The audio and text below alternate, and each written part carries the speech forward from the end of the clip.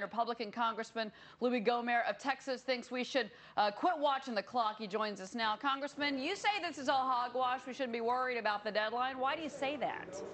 Well, because August 2nd, August 3rd, those are completely arbitrary lines that were drawn in the sand by this president. And Tim Geithner, apparently he consulted the same TurboTax program he did that kept him from paying taxes appropriately for 4 years in a row. But this is too serious for them to be making stuff up.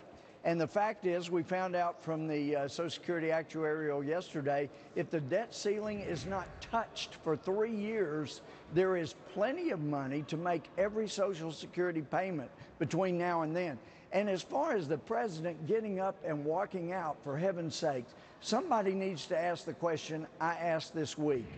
I ask our own leadership, all right, you say you've got the White House up to $1.8 trillion in cuts. How much have they agreed to cut in the first 12 months? Because really anything more than 18 months, it could be a new president, it will be new Congress, and the answer is zero. This administration and Harry Reid have agreed to no cuts in the next 18 months. Well, that's meaningless. Meaningless. But look, Congressman, look, I mean, we showed our viewers the deadlines that are coming up. I know you can't see that, but we showed our viewers the deadlines that are going to be coming up. Social Security is the first one. We're talking $328 billion in total that is due.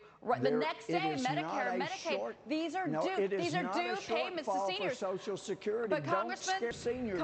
We can go 3 years and have all the money we need to pay Social Security. But Social Security is going to be running out of money by 2000 and change, but that's another segment. But my point to you is that if you look at this, and we follow Wall Street, Congressman, that's what we look at here. And if you look at what Moody's and S&P are saying, they're saying, look, the credit rating of the United States of America for the first time ever could be threatened because you don't mess around with deadlines like this. This is money, this is numbers, these are checks that are due. And frankly, I understand the president's playing politics with you, and I get the fight that's going on between the Republicans and the Democrats, but at the same time, these are checks that have to go out. Veterans, the elderly, you understand that, right? That people are frustrated. The elderly will get their checks. The elderly will get their checks. That is an How can you guarantee? So you're guaranteeing that? You can guarantee that they're going to get their checks? Absolutely. The only way the seniors don't get their checks, there's one way, and that's if this president and the Secretary of the Treasury decide or order that they are not to go out, because the Social Security Trust Fund money will pay for those. The actuarial, I know there are people on Wall Street that think they know more. The actuarial said their money will be there for the next 3 years without the debt ceiling being touched. But the veterans benefit, the money is there. Track it day to day, and you will see the money will be there. This is a lot of scare tactics. When if you go back, but some of it's real. Scare them more. I agree with you, Congressman, on a couple of points, but some of it is real. But you understand Moody's has been threatening and the S&P have been threatening because we are spending too much money. The spending is out of control, and now we're getting to this line. We agree, Congressman. Yeah. I have colleagues that have questions for you. I want to give them a chance. The responsible thing to do is to cut the spending. Start with $105 billion on Obamacare. Congressman, we say we have enough money, and that's just a funny thing to say because obviously we haven't been fiscally responsible in the last couple of years. What does that do to the dollar? I mean, at this point, we pay for so much stuff that's tied to the dollar: energy, commodities, food.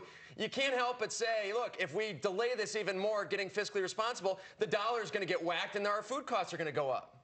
That's why the president needs to get serious, and to have not agreed in all the hours of discussions to one cut in the next 18 months is irresponsible from this administration. They're not serious about it. We've got to get serious about it. We could do it today if the president would get serious. He hasn't been so far. All right. Well, Congressman Louie Gomhert, I wish I had more time with you. It's great to talk to you, Republican from Texas. We agree on some things. Great discussion, sir. Thank you very much. Great to have you on the show. All right. We get fired up in Texas. We can't help it.